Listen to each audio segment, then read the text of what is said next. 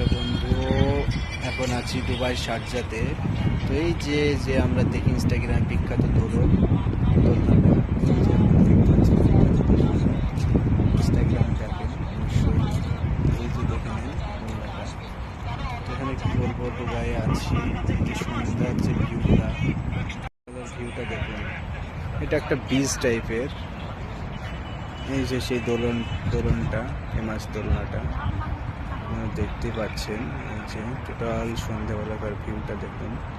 আর এই যে মার্কেটটা দেখছেন হলুদ কালারের, এই মার্কেটটা টোটালটাই সোনার মার্কেট, গোল্ড মার্কেট, সোনার মার্কেট। এটা টোটালটাই গোল্ডের মার্কেট, এটা সোনার সমস্ত।